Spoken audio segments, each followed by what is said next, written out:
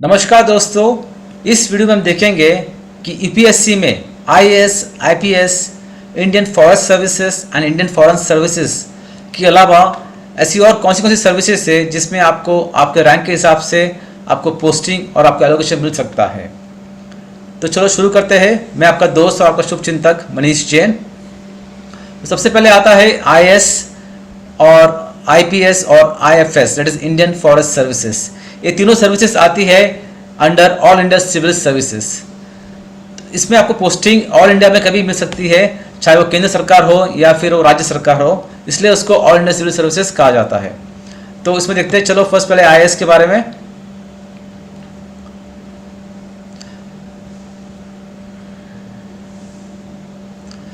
तो पहले आंकड़े पे नजर लगाते हैं।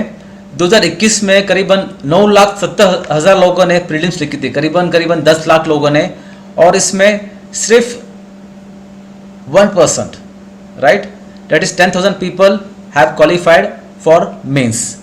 और जो भी मेंस में क्वालिफाइड होते हैं उनको नेक्स्ट स्टेज पे जाना पड़ता है इंटरव्यू में, और इंटरव्यू में जो भी सीट्स अवेलेबल है, समझो अगर 800 पोजीशंस अवेलेबल है जो उनको फिल करनी है, तो उसके 3 गुना लोगों को बुलाया जाता है। तो उसमें जो भी इंटरव्यूज होते हैं उसका सिलेक्शन रेशियो रहता है 3:1।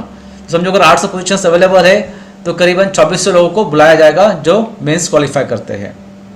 और आपके इंटरव्यू के रैंक के हिसाब से आपको पोस्ट किया जाता है, चाहे वो आईएएस हो, आईपीएस हो, आईएफएस हो, वो हिसाब से आपको पोस्टिंग मिलती है, राइट। तो चलो देखते हैं दोस्तों कि पहले आईएएस ऑफिसर का लाइफ क्या होता है और ये क्या क्या रोल्स रहते हैं। तो आईएएस में इसमें 3 प्रकार की ये होती है, सेक्शंस होते हैं। फर्स्ट होता है फील्ड सर्विसेज, बाद में स्टेट और पब्लिक सेक्टर अंडरटेकिंग्स, और तीसरा होता है सेंट्रल सेक्रेटरीट। सबसे ज़्यादा चैलेंजिंग होता है फील्ड सेक्रेटरीट, ओके, और ज़्यादातर लोग इसी फील्ड से शुरू करते हैं। उसमें 2 चीज़ होती है, वो होती है first one sub divisional functions, जैसे you will posted as a sub divisional magistrate, और दूसरा होता है district level functions, that is as a district magistrate, collector और deputy commissioner. They all perform the same functions, लेकिन SDM जो sub divisional magistrate होते हैं दे परफॉर्म इन दियर सब divisions and district level officers perform the district level. तो इसमें आपका main role क्या रहता है, handling affairs of the government, जो भी पॉलिसीज होती है और उन पॉलिसीज को इम्प्लीमेंट करना, उनको फ्रेम करना और उनको रिव्यू करना, ओके। और इसके नेक्स्ट होता है supervising the implementation of various schemes, जो भी स्कीम्स गवर्नमेंट जनहित के बारे में जारी करती है वो सब स्कीम्स सही तरीके से इम्प्लीमेंट हो रही है नहीं हो रही है, और जो भी फंड्स आता है केंद्र सरकार से वो फंड्स सही स्कीम्स के लिए एलोकेट हुआ है नहीं हुआ है, कैसे वो फंड्स यूज़ हो रहा है। एंड जो भी एमरजेंसीज होती है, जैसे कोई नेचुरल कलामिटी हो गई, कोई अर्थक्वेक हो गया या कोई एक्सीडेंट हो गया, कुछ कम्युनल रायट हो गया उस टेरिटरी के अंदर, तो उसके अंदर आपको रिलीफ एक्टिविटीज़ के लिए भुगतान देना है। जैसे कि अभी रिसेंटली कोविड का ये हुआ था, कोविड सिंड्रोम हुआ था, तो उसमें जो भी रिलीफ एक्टिविटीज़ पहुंचाना है लोगों को, वो सब काम्स अंडर आईएफएस ऑफिस के थ्रू होता है, ठीक है। तो आपका जब फील्ड ऑफिसर में आप अच्छे से परफॉर्म करते हो तो आपका पोस्टिंग आगे आगे जाके स्टेट सेक्रेटरीट में होता है, और उसके अंदर भी पब्लिक सेक्टर अंडरटेकिंग्स होती है जिसमें आप किसी बड़ी कंपनीज के अंदर जो गवर्नमेंट अंडरटेकिंग्स है उसमें आप पोस्ट किए जाते हो। और थर्ड वन होता है सेंट्रल सेक्रेटरीट, मतलब सबसे ज़्यादा इंपॉर्टेंट इसमें होता है फील्ड ऑफिसर, ओके। और नेक्स्ट हम देखते हैं इसकी एलिजिबिलिटी क्या है। You to be citizen of India, और जनरल कैटेगरी में you to be in the age of 21 to 32 years and you be given 6 attempts, उसके अंदर आपको क्लियर करना है, नहीं तो after 6 attempts you can't give any more attempts, okay. और आपकी हाइट अगर आप मेल हो तो शुड बी 165, फीमेल हो तो 150 सेंटीमीटर्स, और इसके लिए आपको ग्रेजुएट होना ज़रूरी है। You should be degree holder, any degree holder from a recognised UGC university, right. और सबसे ज़्यादा इंपॉर्टेंट स्किल्स क्या होती है to become IAS officer, you to patriotic, आपके देश के प्रति भाव होना चाहिए, श्रद्धा भाव होना चाहिए, प्यार होना चाहिए देश के प्रति, तभी आप देश के लिए काम कर सकते हो। और आपको रेस्पॉन्सिबिलिटी चाहिए, हार्ड वर्किंग चाहिए, कमिटमेंट चाहिए, और द बॉस थिंकिंग चाहिए कि आप कैसे दूसरों के कंपेयर करने में कैसे आप अलग सोच सकते हो। And you have to be decisive, decision लेने पड़ेंगे आपको, टफ डिसीजन लेने पड़ेंगे फील्ड के अंदर, तो आप कितने जल्दी डिसीजन ले सकते हो वो इंपॉर्टेंट है। गुड कन्विक्शन स्किल्स चाहिए, ट्रांसपेरेंसी चाहिए, इंटीग्रिटी चाहिए, और कंपैशनेट चाहिए लोगों के प्रति। और preparation tips to clear UPSC exams. First thing is, पहले टाइटल बनाइए अपना खुद का, कैसे आप कब पढ़ोगे, कैसे पढ़ोगे, कैसे टाइम एलोकेट करोगे। जो भी आपके यूपीएससी सिलेबस है, know the syllabus, know about current affairs by reading newspapers and magazines, make notes, refer NCERT text books and revisions. UPSC interviews को आप देखिए, और जो आपके फील्ड के रिलेटेड मैगजीन्स है, यूपीएससी के काफ़ी सारे मैगजीन्स है, वो मैगजीन्स पढ़े, मॉक टेस्ट सीरीज अटेम्प्ट कीजिए, और इंपॉर्टेंट गवर्नमेंट रिसोर्सेज वेबसाइट से उसको रेफर कीजिए, और पिछले साल के क्वेश्चन पेपर्स को आप ये कर सकते हो, देख सकते हो, राइट। और उसमें कैसे होता है एग्जाम पैटर्न। एग्जाम पैटर्न होता है, प्रीलिम्स में दो पेपर्स होते हैं, general studies, that is general studies 1, and जो ऑब्जेक्टिव टेस्ट होता है, ओके, और ये एप्टीट्यूड टेस्ट रहता है, इट्स ऑब्जेक्टिव टाइप, जिसमें आपको मल्टीपल चॉइस मिलते हैं, आपको सही जवाब चूज़ करना है। और एक पेपर होता है 1 से 2 घंटे का, जिसमें 200 मार्क्स के क्वेश्चन होते हैं, और आपको 100 क्वेश्चन के सही जवाब मिलते हैं। जनरली कट ऑफ होता है 50%, तो आप इसके लिए क्वालिफाई होते हो। और पेपर 2 होता है, वो भी 2 घंटे का होता है, और उसमें 200 मार्क्स देते हैं, और लगभग उसमें क्वालिफाइंग मार्क्स होता है 80, that is 80 marks out of 200, okay, जो भी करीबन होता है 40%, राइट। एंड आपको पेपर 1 में 66% मिलना चाहिए, तभी आप का पेपर 2 कंसिडर किया जाएगा। पेपर 1 में कम मिलता है, पेपर 2 में ज़्यादा मिलेगा, तो आपको पेपर 2 कंसिडर नहीं किया जाएगा, राइट। और ये सब आपके सब्जेक्ट्स है। English language you to choose, जो तीन घंटे की होती है, और उसमें 75 मार्क्स मिलने चाहिए आपको। And you can choose one more Indian language, English के अलावा आप चूज़ करते हो हिंदी और any other regional language. You to choose 4 papers on general studies, 1, 2, 3, 4, 250 marks के होते हैं। 2 ऑप्शनल पेपर्स होते हैं आपको, and there be essay writing. Total marks is about 1750, for which you to get normally 800 plus qualify marks होता है, अगर हम 3-5 साल का एवरेज देखें तो, राइट। और उसके बाद अगर आप मेंस क्वालिफाई होता है, तो आपको इंटरव्यू के लिए बुलाया जाता है, जिसमें आपका पर्सनालिटी टेस्ट रहता है, और आपका इंटरव्यूज़ के हिसाब से आपको रैंक मिलता है, और उसी के हिसाब से आपको पोस्टिंग्स मिलता है कि आप IAS बनोगे या IPS बनोगे और IFS में जाओगे। एंड एक काफ़ी अच्छी वेबसाइट है for more information, that is textbook.com, जो मैंने यहाँ पे रेफ़र की है। और एग्ज़ाम मोड होता है ऑफलाइन, ये ऑनलाइन नहीं है, ये ऑफलाइन में रहता है, राइट। और ये सब IAS के ट्रेनिंग सेंटर्स है ऑल ओवर इंडिया, जो कि मसूरी में है, Lal Bahadur Shastri National Academy of Administration, right. और ये पूरा मॉर्निंग रूटीन रहता है, सुबह 5:30 बजे उठना, हॉर्स राइडिंग रहता है, फिर फ्री टाइम रहता है, और उसके बाद आपका पूरा दिन की एक्टिविटीज़, स्पोर्ट्स, सब कुछ आपका दिन पूरा पैक रहता है, ठीक है। नेक्स्ट होता है IPS officer, that is Indian police services. तो देखते हैं क्या रोल्स एंड रिस्पॉन्सिबिलिटी होती है IAS ऑफिसर की। सबसे ज़्यादा इंपॉर्टेंट है कि आप लॉ एंड ऑर्डर मेंटेन करें अपने जुरिडिक्शन में, एंड आपका काम रहता है क्राइम को इन्वेस्टिगेट करना, डिटेक्ट करना, जो VIPs होते हैं, पॉलिटिशियंस होते हैं, उनकी सिक्योरिटी का इंतजाम करना, टेररिज्म के अगेंस्ट लड़ना, स्मगलिंग, रैकेटिंग, ड्रग ट्रैफिकिंग, ये सब चीज़ों के बारे में ट्रैक रखना और उसको प्रिवेंट करना, रेवले पुलिसिंग, डिज़ास्टर मैनेजमेंट, कुछ बड़े डिजास्टर्स होते हैं तो आपका भी इसमें रोल रहता है to give relief, and border policing, जो बॉर्डर्स होते हैं कंट्रीज़ के, and protection of the economic loss, right. तो मोटा मोटी आपको लॉ एंड ऑर्डर मेंटेन करना है, and also you have to exchange information. जो भी आपको इन्फॉर्मेशन मिलती है आपको इंडियन इंटेलिजेंस एजेंसीज लाइक रॉ, IB, CID, CBI के थ्रू शेयर करना है। और आपको also central arm police force जो होता है CRPF, central reserve arm police, उनके साथ आपको संपर्क में रहना है, और interact and coordinate with Indian revenue service के साथ भी आपको संपर्क बनाए रखना है, ओके। और मोटा मोटी आपको इसमें एलिजिबिलिटी क्या है ये सब यहाँ पे मेंशन किया गया है। और ये PDF अगर आपको चाहिए रेफ़र करने के लिए, तो आप अपना email ID कमेंट में छोड़िए, तो मैं आपको एक पूरी की पूरी PDF भेज दूँगा, ठीक है। और किस तरह की पर्सनालिटीज़ होनी चाहिए आपको IPS ऑफिसर बनने के लिए? मेंटल अलर्टनेस होना चाहिए, करेजियस होना चाहिए, और आपको हमेशा अपना टेम्परामेंट कूल रखना चाहिए, कभी भी आपको जोश में आके कोई डिसीजन नहीं लेना है, राइट, क्योंकि आप काफ़ी इंपॉर्टेंट पोजीशन पे हो।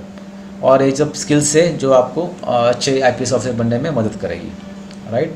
और IPS की ट्रेनिंग होती है इन सभी जगहों पे, ठीक है।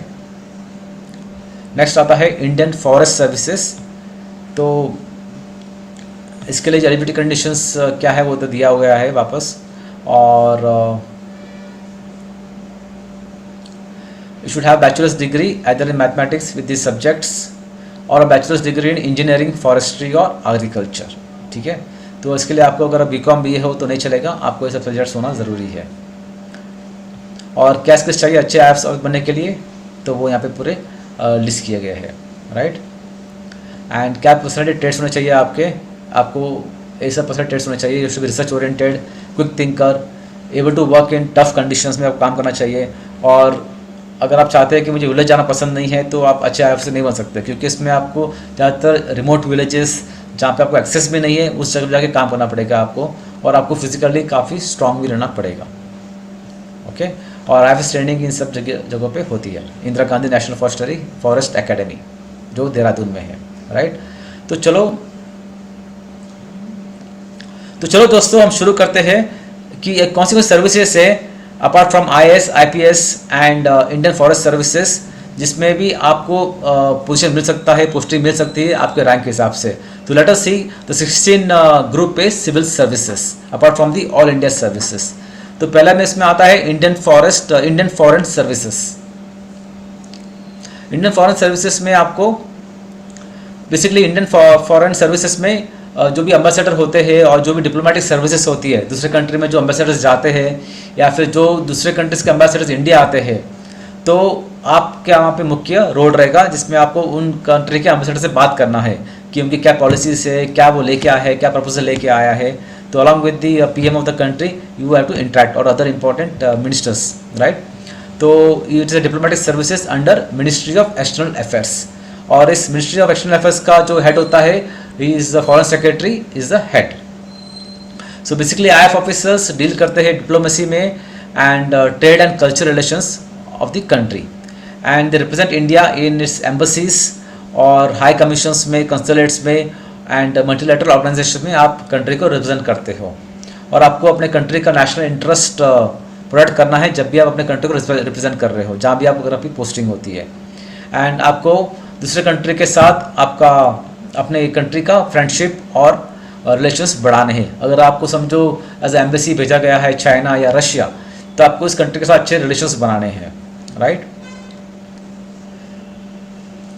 और आपको कॉन्स्टेंटली अपडेट करना है मिनिस्ट्री ऑफ एक्सटर्नल अफेयर्स के ऑफिसर्स को कि क्या क्या डेवलपमेंट्स हो रहे हैं। और सबसे इंपॉर्टेंट बात मेरे दोस्तों, जो भी IFS ऑफिसर्स जनरली होते हैं वो रिटायरमेंट के बाद उनको चांस मिलता है टू बी अ प्रेसिडेंट और वाइस प्रेसिडेंट और इवन गवर्नर्स ऑफ स्टेट्स और speaker of Lok Sabha and cabinet ministers. So it's a very very important services under group A, right. और एलिजिबिलिटी यहाँ पे दी गई हुई है, आप PDF रेफर कर सकते हो जो मैं आपसे शेयर करूँगा। और स्किल्स क्या चाहिए, you to have a good communication skills, decision making skills, leadership skills, analytical ability and a very good knowledge of foreign nations and current affairs. इसमें आपको भूगोल के बारे में काफ़ी जानकारी चाहिए, पूरे कौन से कंट्रीज है, कौन से कंट्रीज़ की क्या स्पेशलिटीज़ है, क्या उनके वीकनेसेस है और कैसे उनसे डील करना है, राइट। और IFS की ट्रेनिंग होती है अगेन एट मसूरी, ओके।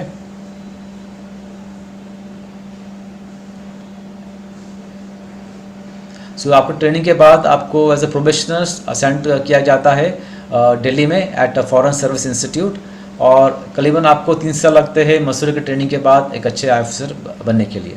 तो next one is Indian engineering services, that is IAS, okay. और IAS के लिए skills required to be to do good in Indian engineering services, जैसे leadership, communication, determination, decision making skills. और इसकी eligibility है that you need to be a degree in engineering to get into Indian engineering services. तो Indian government की जहाँ जहाँ पे engineering की सर्विसेज की ज़रूरत है वहाँ पे आपको पोस्ट किया जाएगा। और इसके बेनिफिट्स क्या है, यू गेट रेजिडेंशियल क्वार्टर्स मिलते हैं आपको, डिलीवरेंस अलाउंस मिलता है आपको, ऑफिशियल व्हीकल मिलती है, पर्सनल असिस्टेंट मिलता है, लीव ट्रांसफर्स मिलता है, टूर अलाउंस मिलता है, मेडिकल फैसिलिटीज़ मिलती है, प्रोविडेंट फंड मिलता है और ग्रेचुइटी या लीव एनकैशमेंट भी मिलता है, ठीक है। तो ये हो गई सारी सर्विसेज अंडर IAS। और इसमें एग्जाम पैटर्न कैसे रहता है, प्रीलिम्स में आपको जनरल स्टडीज़ रहेगी और आपका इंजीनियरिंग एप्टीट्यूड चेक किया जाएगा। अगेन 200 मार्क्स की पेपर होगा 2 घंटे का, और अगर आप civil, mechanical, electrical and electronic से ब्रांच बिलोंग करते हो तो उसका और एक पेपर 2 रहेगा। एंड मेंस में अगेन आपको पेपर रहेगा on your branch of engineering, civil, mechanical, electrical और ईएनसी, राइट। और डिस्क्रिप्टिव रहेगा, ये ऑब्जेक्टिव नहीं रहेगा, डिस्क्रिप्टिव रहेगा। 300 मार्क्स का 3 घंटे का पेपर रहेगा। उसके बाद आपका इंटरव्यू होगा जिसमें कि पर्सनैलिटी का टेस्ट रहेगा और उसमें डेट आपको रैंकिंग मिलेगी, ठीक है। तो नेक्स्ट सर्विसेज है Indian civil account services, right. तो इसमें क्या आता है कि जो इसमें देखते हैं, एक्सप्लोर करते हैं इसको। तो इसमें आपको जो भी सरकार का जो भी अकाउंट्स का रहता है, पर रिसीट्स पेमेंट्स हो गया, पेंशन्स हो गया, बाद में आपका अकाउंटिंग फाइनेंशियल रिपोर्टिंग हो गया, जो भी स्कीम्स लॉन्च करती है गवर्नमेंट उसका ऑडिटिंग मॉनिटरिंग करना, इंटरनल ऑडिट करना, ये सब आता है under Indian civil account services में, ठीक है।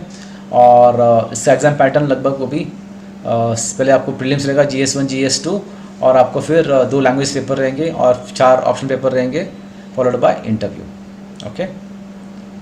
Then we have Indian corporate law services and this comes under ministry of corporate affairs.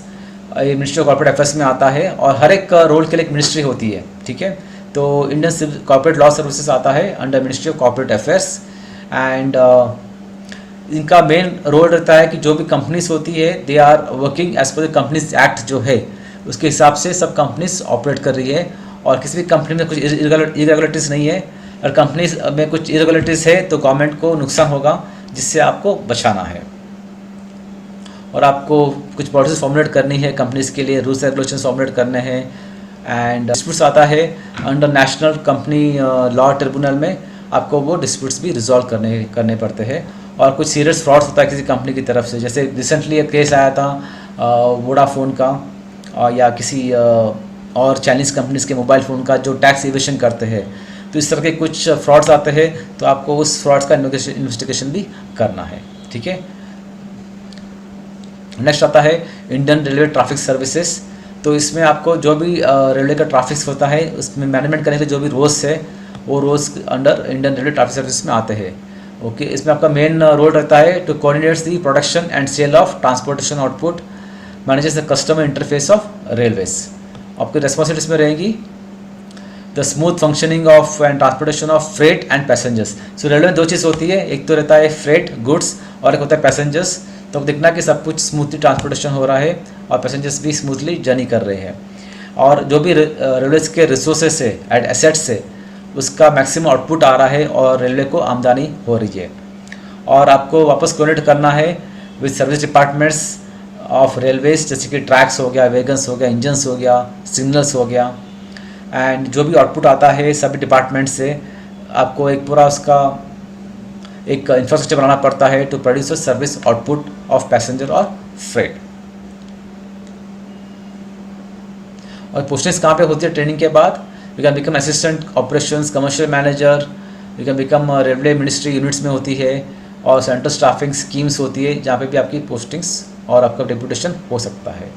Next आता है इंडियन रेवेन्यू सर्विसेज और ये आता है अंडर इसमें जो बेसिकली देश को आमदनी होती है 2 तरीके से, डायरेक्ट टैक्सेस और इनडायरेक्ट टैक्सेस से। डायरेक्ट टैक्स होता है इनकम टैक्स जो कि आता है controller by central board of direct taxes और कस्टम्स और इनडायरेक्ट टैक्सेस वो कंट्रोल किया जाता है central board of indirect taxes and customs. तो आपकी इसमें रिस्पॉन्सिबिलिटी क्या है? आपको पॉलिसी फॉर्मेशन करना है, टैक्स एडमिनिस्ट्रेशन करना है, आपको फाइट करना है ब्लैक मनी के अगेंस्ट, मनी लॉन्ड्रिंग केसेस के बारे में, और आपके नीचे जो लोग हो गए ट्रेनिंग ऑफ IRS ऑफिसर्स भी आपको देखना है।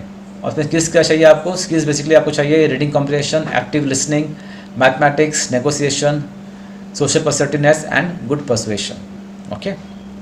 नेक्स्ट आती है Indian audit and account services.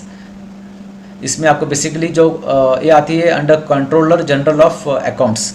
सो इसके अंदर ये पर्टिकुलर सर्विसेज आती है और आपका मेन वर्क रहता है ऑडिटिंग करना अकाउंट्स को, यूनियन के हो गए या स्टेट गवर्नमेंट्स के या पब्लिक सेक्टर कंपनीज जो है जैसे कि रेलवेज़ हो गई या फिर सेल हो गया या जो भी गवर्नमेंट कंपनीज़ है उसका पूरा अकाउंट्स का मैनेजमेंट करने का या उसको सुपरवाइज करने का काम आपका रहता है, ओके। और इसमें 6 आपको बड़े एडवांटेजेस है after if you get into this services, okay. इसमें आपको किसी को भी जिसको पब्लिसिटी नहीं चाहिए, जो पब्लिसिटी से लाइमलाइट से दूर रहना चाहते हैं, तो आईएएस किसी को भी एक्सपोज नहीं करते हैं, राइट। तो अगर आप आईएएस ऑफिसर हो तो काफ़ी ये सीक्रेट रहता है और आपके अंदर कुछ पॉलिटिकल इंटरफेरेंस नहीं रहता है। एंड एक बहुत ही अच्छा ऑप्शन है जिस लोगों को अकाउंट्स में इंटरेस्ट है। एंड आपकी पोस्टिंग्स यूजुअली मेट्रो सिटीज़ में होगी या स्टेट कैपिटल्स में होगी जहाँ पे अकाउंट्स का मेन हेड ऑफिस रहता है, राइट। एंड सभी ज़्यादातर इसमें काफ़ी जॉब सेटिस्फेक्शन ज़्यादा रहता है, जो भी as per government survey among all 3 all India services and 7 central services में आई एंड एएस का ज़्यादा सेटिस्फेक्शन, जॉब सेटिस्फेक्शन ज़्यादा रहता है, ठीक है। और आपको ओवरसीज पोस्टिंग भी मिल सकती है इसके अंदर। नेक्स्ट आता है इंडियन डिफेंस अकाउंट सर्विसेज। तो अपने डिफेंस का जो बजट होता है इसमें आपको जो भी रोज़ का रिक्वायरमेंट रहता है वो आप में इसमें पोस्टिंग होता है। तो आपका इसमें मेन वर्क रहता है to provide financial advice, payments and internal auditing and accounting functions for the army, air force, navy, DRDO, ordnance factories, canteen stores, cantonment, इन सभी जगह पे आपका रोल और रिस्पॉन्सिबिलिटी रहेगा जो भी डिफेंस रिलेटेड अकाउंट्स रहेगा, ठीक है। बाद में है इंडियन डिफेंस एस्टेट सर्विसेज। तो इसमें क्या होता है, जो भी रियल एस्टेट है डिफेंस का, तो उस लैंड को मैनेज करना, डिफेंस के लिए नया लैंड एक्वायर करना, और जो भी कंटोनमेंट बोर्ड होते हैं उस बोर्ड को एडमिनिस्टर करना, hiring of lands and buildings, right, ये सब काम रहता है इंडियन डिफेंस एस्टेट सर्विसेज का, ओके। नेक्स्ट है इंडियन इंफॉर्मेशन सर्विसेज। इसमें आपका आता है बेसिकली जो भी प्रेस ब्यूरो ऑफ इंडिया है या जो भी गवर्नमेंट्स के न्यूज़ एजेंसीज़ है या टीवी चैनल्स है, उनको मॉनिटर करना, उनको कंट्रोल करना और उनको एडमिनिस्टर करने का आपका रोल रहता है। जैसे कि ऑल इंडिया रेडियो है या फिर डीडी न्यूज़ है, राइट। और जो गवर्नमेंट का जो पब्लिसिटी काम रहता है, जो पेपर में एड्स आती है, समझो पोलियो मुक्त भारत या वैक्सीन के बारे में, जो भी गवर्नमेंट का पब्लिसिटी का काम होता है वो भी आपकी रिस्पॉन्सिबिलिटी रहती है, ओके। और उसमें करियर प्रोस्पेक्ट्स कैसे रहते हैं, तो पहले आपका पोस्टिंग होता है as a junior grade officer and then बाद में आपका पोस्टिंग होता है एज ए डिप्टी डायरेक्टर, और उसी तरह आपका पोस्टिंग्स हायर कैडर पे जाते रहता है। नेक्स्ट आता है इंडियन रेलवे अकाउंट सर्विसेज। तो इसमें बेसिकली जो भी अकाउंट्स का काम होता है इंडियन रेलवेज में वो इसके अंडर में आता है। सो IRS officers will be handling the accounts and financial department of the Indian railways. जो भी इंडियन रेलवेज का अकाउंट्स का काम होता है वो IRS ऑफिस को मिलता है, और उसके अलावा भी rendering financial advises to the executives. इसमें आपकी रिस्पॉन्सिबिलिटी रहेगी basically introduction of modern financial management techniques, कैसे आप फाइनेंस को अच्छे तरह मैनेज कर सकते हो। बाद में restructuring of budgets and accounts, traffic and costing, implementing incentive schemes in workshops, ये सब काम होता है रेलवे ऑफिसर्स का, ठीक है। नेक्स्ट रहता है आफ्टर IRS के बाद में है इंडियन ट्रेड सर्विसेज, और इसके अंदर भी इंडियन ट्रेड सर्विसेज आती है अंडर मिनिस्ट्री ऑफ एक्सपोर्ट। और इसमें बेसिकली आपको एक फैसिलिटेट करना है अच्छा एनवायरनमेंट के बारे में, अच्छा इंफ्रास्ट्रक्चर के बारे में, जिसका इंडियन का जो भी गुड्स और सर्विसेज में अच्छा एक्सपोर्ट और इम्पोर्ट्स हो।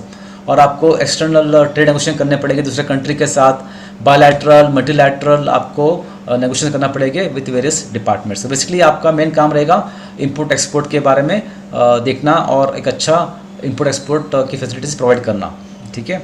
और ये आपके सब रोल्स रहेंगे under Indian trade services, right. Next protection force RPF, जिसे हम जानते हैं। इसमें होता है कि आपका बेसिकली काम रहेगा कि कोई भी रेलवे प्रॉपर्टी को नुकसान ना पहुंचाए, कोई चोरी वगैरह ना करे वहाँ पे, एंड जो भी कुछ करता है उनको अरेस्ट करे, उनको प्रोसिक्यूट करे, and provide control of access to railway premises, general security and regulation of premises use by passengers. पूरा इसको आपकी सर्विसेज देखना है, और आपको देखना है कि रेलवे का मूवमेंट सही तरीके से हो रहा है और पैसेंजर मूवमेंट्स भी सही तरीके से हो रहा है। Maintenance and enhancement of the RPF security management system, providing security cover to passenger trains, जो ट्रेन्स जंगल एरिया से जा रही हो या कुछ रिस्की एरिया से जा रही हो वहाँ पे पैसेंजर्स को सेफ्टी प्रोवाइड करना रहेगा। और जो भी रेलवे में कुछ क्राइम्स होते हैं जैसे कि ट्रैफिकिंग हो गया या कुछ और भी जो गैरकानूनी काम हो रहा है उस पर आपको पाबंद लगाना है, ठीक है। और जो भी यूनिट्स है अंडर रेलवे प्रोटेक्शन फोर्स, ये 4 यूनिट्स आते हैं उसके अंदर, और ये आपके पावर्स है अंडर रेलवेज।